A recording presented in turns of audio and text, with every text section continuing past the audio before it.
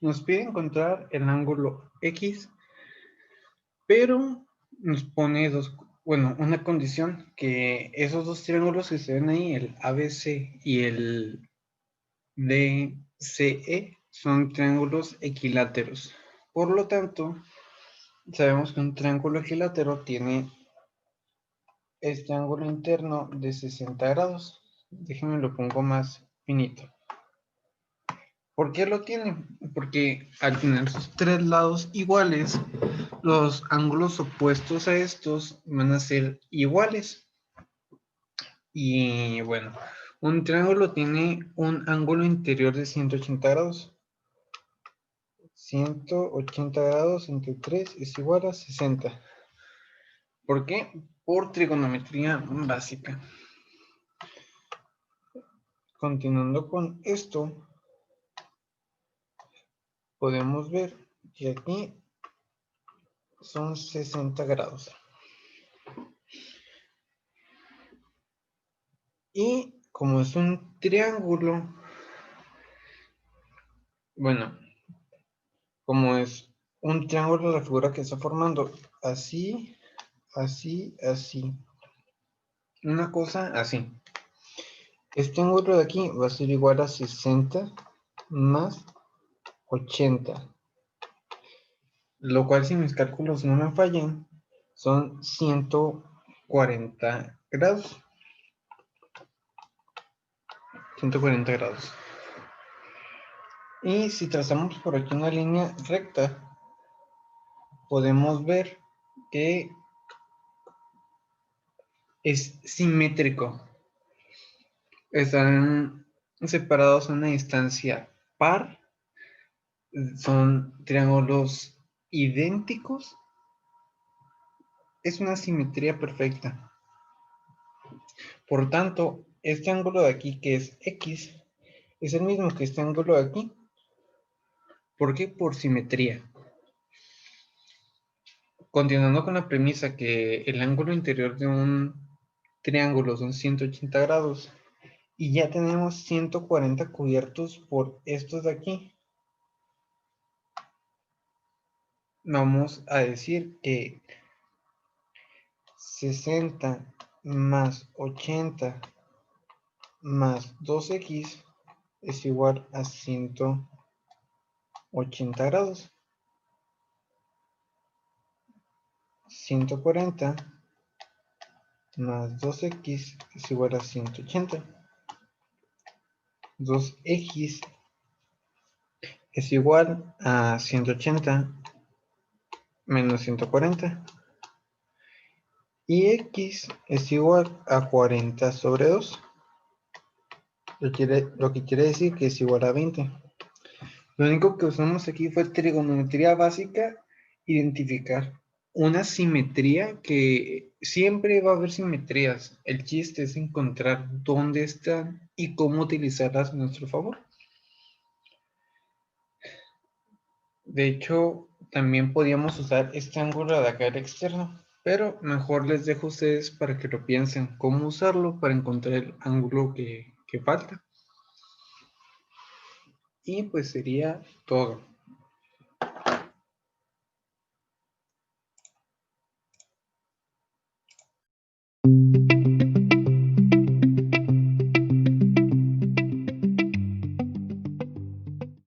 Tenemos el siguiente problema, el cual dice que ¿cuántos resultados distintos se pueden obtener si sumas a lo más 6 veces el 3 y 3 veces el 5?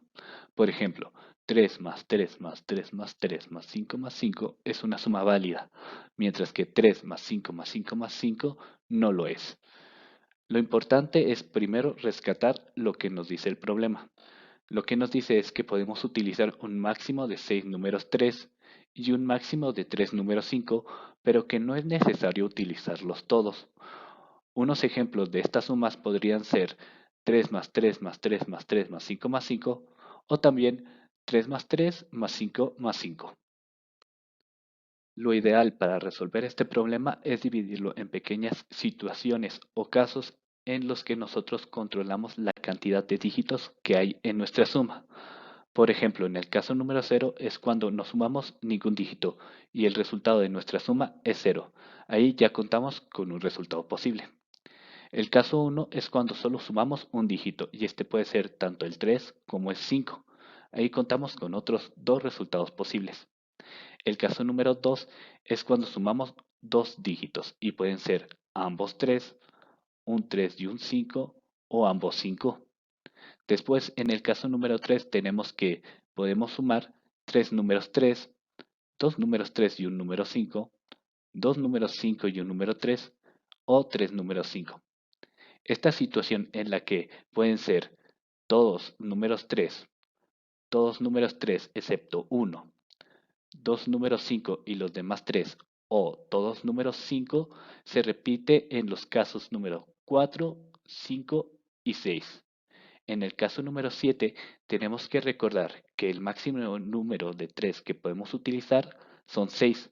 Por lo tanto tenemos que utilizar a fuerzas un 5.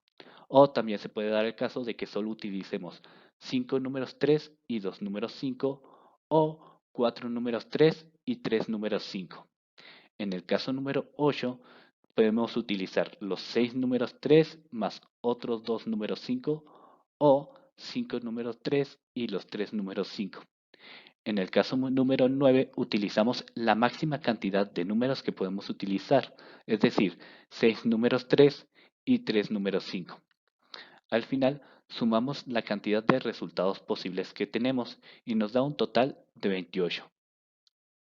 Pero tenemos que recordar dos cosas muy importantes. La primera es de que si sumamos 5 veces el número 3, es lo mismo que si sumamos 3 veces el número 5. Es decir, en ambos casos el resultado es 15. Por lo tanto, este resultado se repite.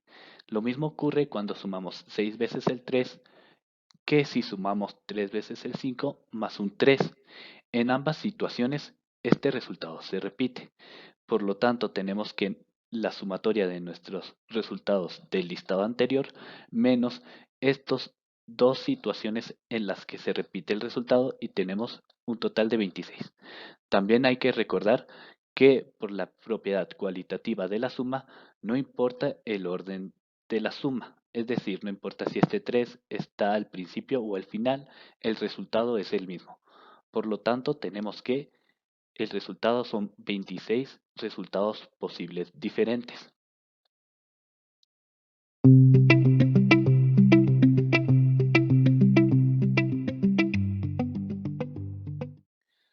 Tenemos el siguiente problema, el cual nos pide encontrar todas las maneras de desplazarnos desde el punto A hasta el punto B si solo podemos movernos hacia arriba y hacia la derecha.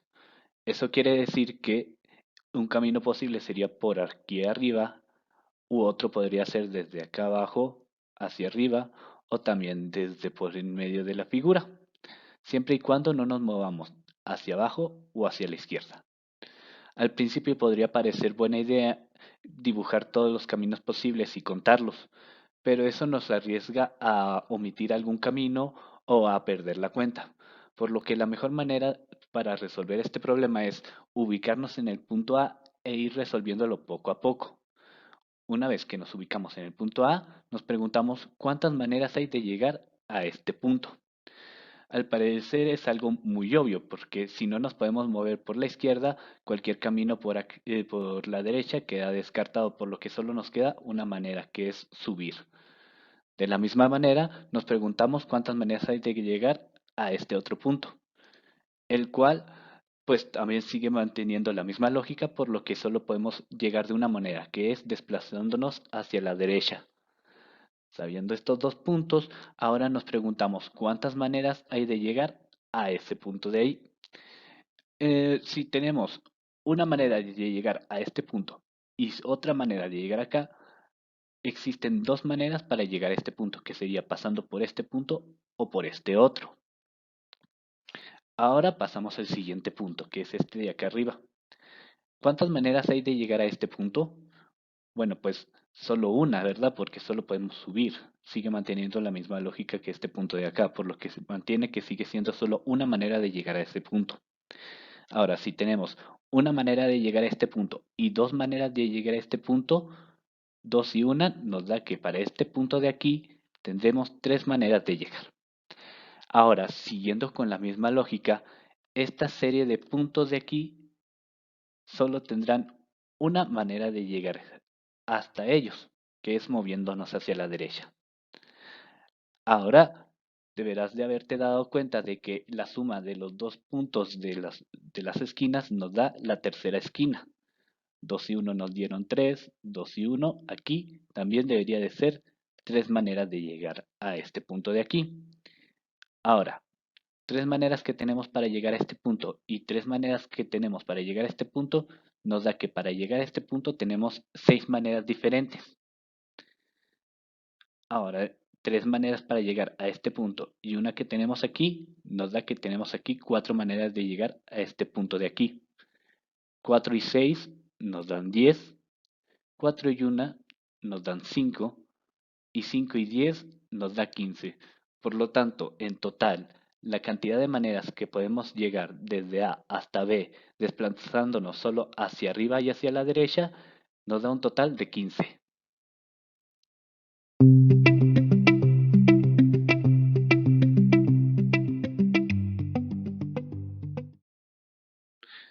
Tenemos el siguiente problema, el cual nos dice que un número x tiene dos divisores y que x más 1 también tiene dos divisores y nos pide determinar cuántos divisores tiene x más 3.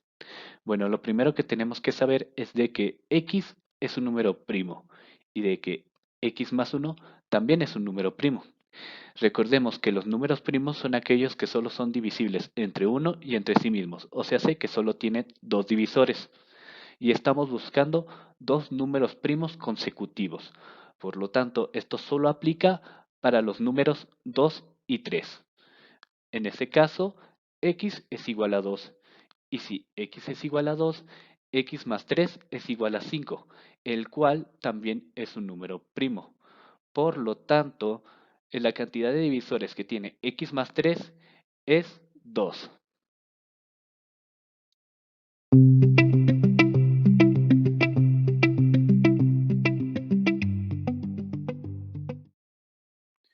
Tenemos el siguiente problema, el cual nos pide calcular el área asombrada de la figura.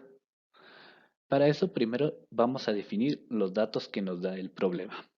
Lo primero que nos dice es de que el trayecto MC cabe dos veces en el trayecto MD.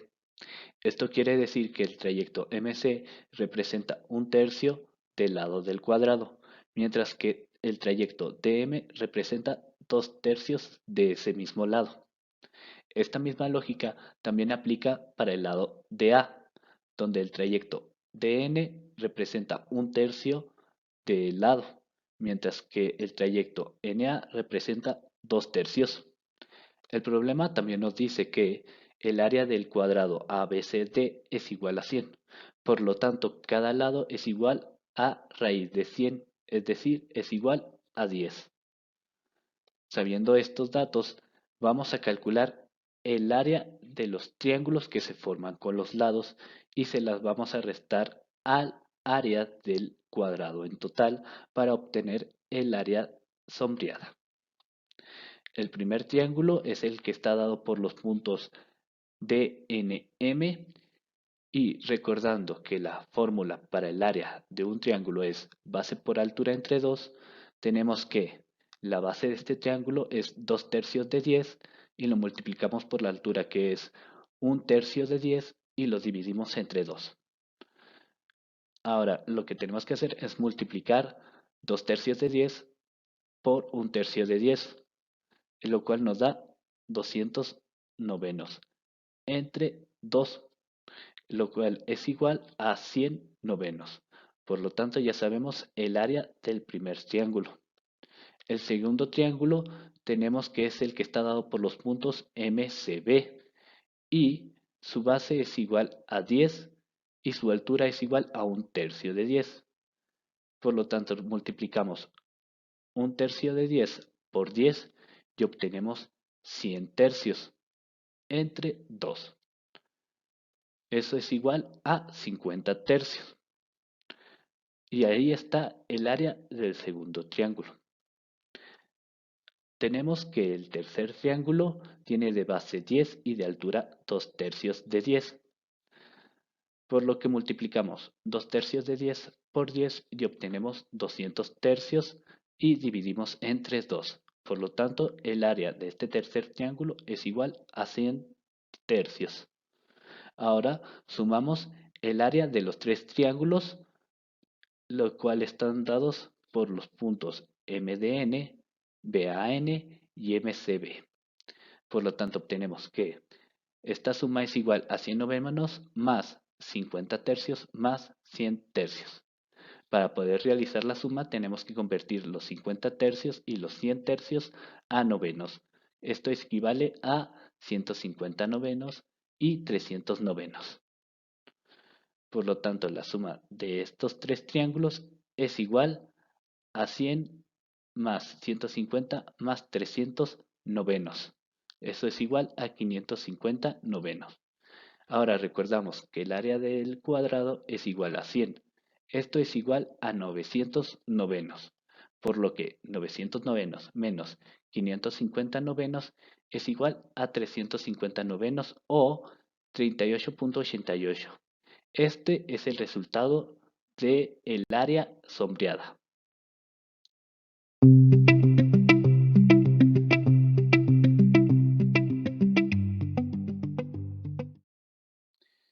El siguiente problema nos dice que, dada la siguiente igualdad, 5 elevado a la 5 por 5 elevado a la 5 por 5 elevado a la 5 varias veces es igual a 5 elevado a la 5 elevado a la 5. El número 5 elevado a la 5 se multiplicó n veces del lado izquierdo para obtener 5 elevado a la 5 elevado a la 5 del lado derecho. ¿Cuál es el valor del número n? Bueno, este problema nos dice que 5 elevado a la 5 n veces es igual a 5 elevado a la 5 elevado a la 5. Recordemos que cuando dos números iguales con diferentes exponentes se multiplican, la base se queda igual y los exponentes se suman. Por lo tanto, tenemos que 5 elevado a la 5 n veces es igual a 5 elevado a 5 más 5 más 5 n veces. 5 a la 5 es igual a 3125. Por lo tanto que 5 elevado a la 5 más 5 más 5 sumando 5 n veces es igual a 5 elevado a la 3125. Por lo tanto, n es igual a 3125 entre 5. Eso nos da como total que n es igual a 625.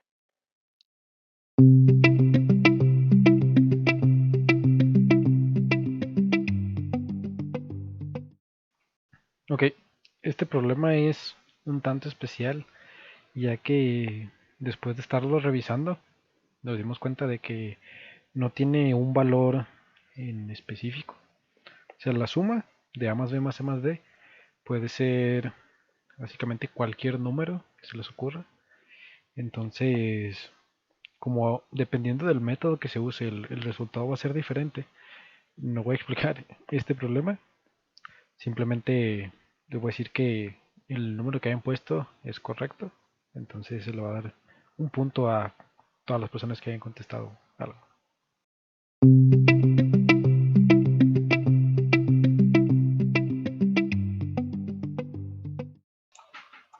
Bueno, ahora vamos a ver el siguiente problema de examen, donde nos dicen que hay una n cantidad de personas, donde todas son de distinta altura, y que de cuántas maneras se pueden acomodar de tal manera que no haya una persona más bajita enfrente y una más atrás, y una más bajita también atrás al mismo tiempo. El primer punto aquí es de que hay más de dos casos, más de un solo caso.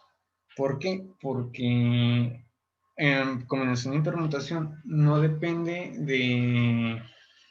El resultado no va a depender de las estaturas en sí, sino del número de personas. Y lo vamos a ver así. Va a haber una persona que es la más chiquita con... Y la vamos a llamar así. H1 y luego es menor a H2, que es menor, menor a Hn. Donde las alturas de las n personas van a estar sin pérdida de la generalidad. Por eso estamos utilizando, lo vamos a demostrar para una generalidad, no para una particularidad. Si la persona de altura n, que es la más alta, está en un lugar de la fila que no sea las orillas, entonces tendrá una persona enfrente y una atrás automáticamente. Al ser las dos más chiquitas, no se va a poder. Es una contradicción. Así que esa persona de altura HN, que es la más alta, tiene que estar hasta atrás. Entonces podemos, o hasta enfrente, tiene que ir en una esquina, ya sea aquí o ya sea aquí. Así que al acomodar a esta persona en alguna esquina, nos quedan n-1 lugares disponibles. Esto es para acomodar a las n-1 personas distintas que nos quedan. Lo mismo que hicimos para acomodar al más alto, ahorita lo vamos a hacer para acomodar al segundo más alto y luego después al tercero más alto y así sucesivamente. Por lo tanto, los podemos acomodar de dos formas, empezando desde el más alto por el más chapo y del más chapo por el más alto, ya que tendrían una altura definida. Pero como les dije, esas dos formas van a depender del número de personas totales. Y podemos concluir, al ser una permutación, que va a ser 2 elevado a la n-1, donde va a depender del total de personas. Por ejemplo, si son 10 personas, es 2 a la 10 menos 1, porque estamos haciendo que Hn tenga a H1 enseguida al principio, o que H1 esté antes que Hn al final, y nos vamos jugando con ellos al principio y al final, al principio y al final. Y siempre va a haber dos maneras distintas de acomodarlos, y todas van a depender del número de personas que haya. Volviendo al ejercicio anterior, que estamos suponiendo que hay 10 personas en la fila, serían 2 a la n-1. Son 10 personas, 2 a la 10 menos 1, que vendrá siendo 2 a la 9. Y ese sería el resultado para este caso. Luego, si son 20 personas, es 2 a la 20 menos 1, que es igual a 2 a la 19. Y ese es el número de personas, el número de combinaciones, el número de permutaciones disponibles para ese caso. Entonces, lo que estamos aquí hallando es la función de la generalidad dependiendo del número de personas que haya. ¿Y por qué del número de personas? Porque aquí en el problema nos están diciendo que hay n personas, no que hay una cierta cantidad en específico. Así que si pusieron que hay dos maneras de acomodarlos, sí hay dos maneras, pero por cada persona va aumentando una y va aumentando una y va aumentando una. Entonces fue un buen inicio, pero era más. El orden lógico que podemos usar para hacer esto es primero identificar que pueden haber más combinaciones. El segundo punto lógico es de que se pueden acomodar ya sea al principio o ya sea al final. Y que sucesivamente la siguiente persona se pueda acomodar al principio o al final. Y entonces hay dos formas de acomodarlos distintos. Entonces, aquí sería otra y otra forma. Y luego aquí sería otra y otra forma. Y todos son casos distintos y se va multiplicando 2 por 2 por 2 por 2. Entonces vamos a tomar el siguiente dato lógico, que es el 2 como raíz de la función elevado a la n-1. ¿Por qué a la n-1? Porque al descartar a la primera persona, que es la más alta en una esquina, se nos reduce el número de posibilidades en 1. Y fue todo. Entonces, No olviden de que todo lo que ustedes hagan y demuestren tienen que tener un orden lógico y tienen que tener fundamentos sólidos para generalidades, no para particularidades.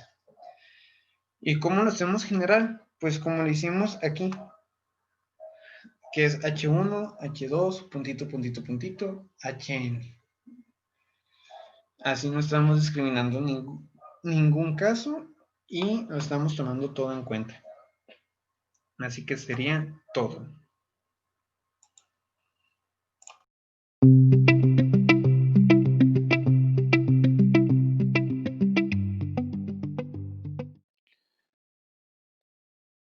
Tenemos el siguiente problema, el cual dice, Adriana tiene 15 rectángulos de papel, todos con altura 1, pero tienen bases distintas.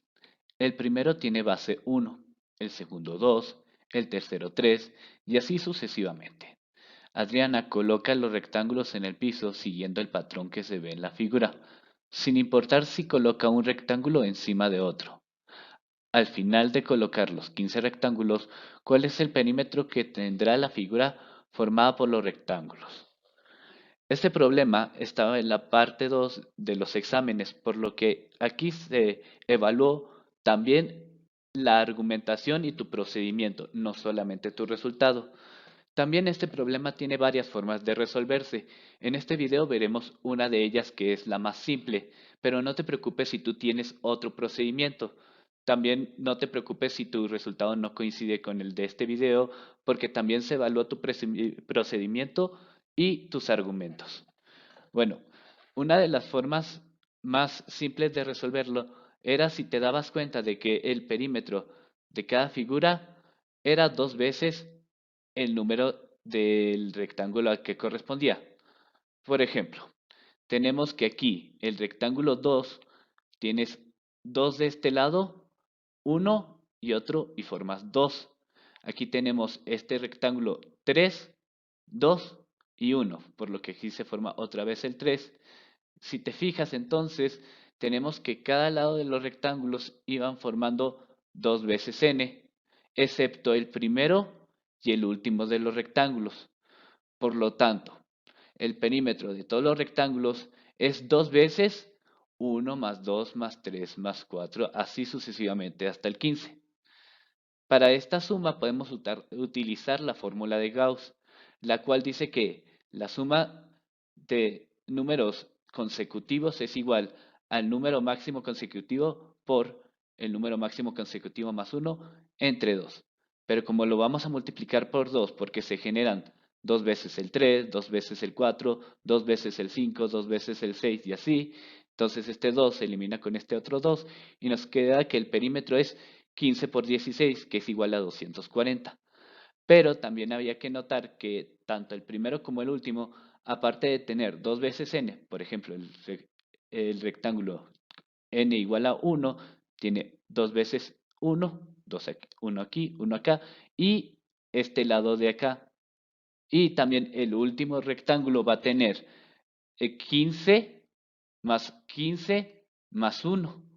Por lo tanto, se le suman 2 que corresponden tanto a la orilla del primer rectángulo como a la orilla del último rectángulo. Por lo que al final el perímetro de esta figura va a ser igual a 242.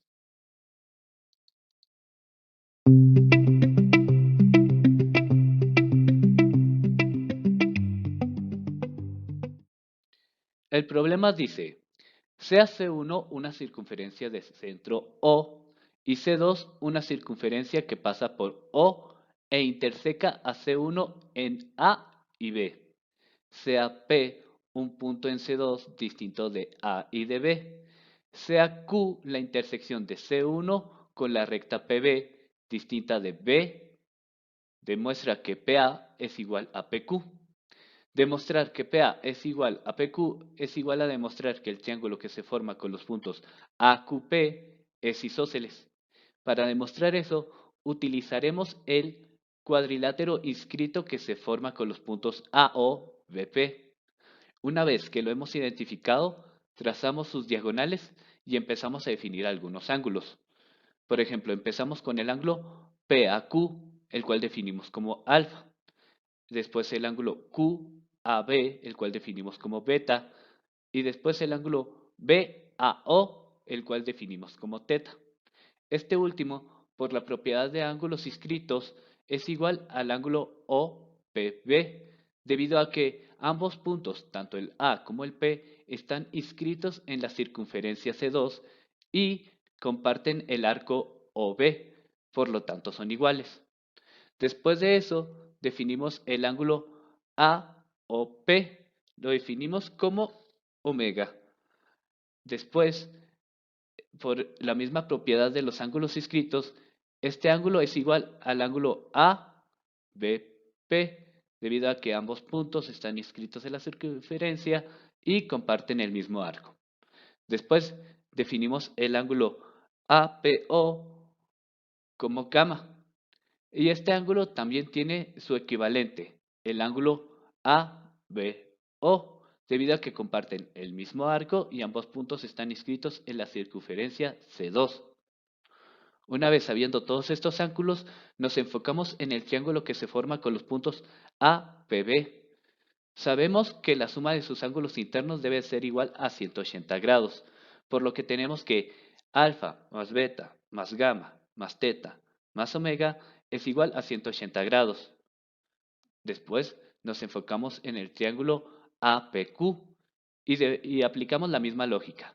La suma de sus ángulos internos debe ser igual a 180, por lo que tenemos que alfa más gamma más teta más el ángulo AQP es igual a 180 grados. Por lo tanto, comparándolo con el triángulo anterior, tenemos que el ángulo AQP es igual a beta más omega.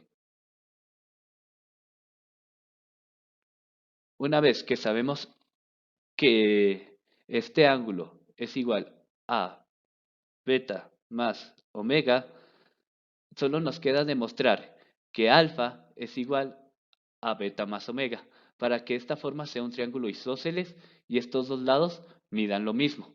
Para eso utilizamos el arco AB.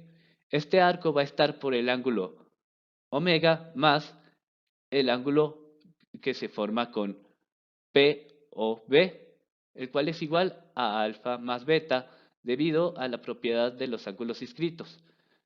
Este ángulo de aquí, el ángulo POB, es igual a la suma del ángulo PAQ más el ángulo QAB.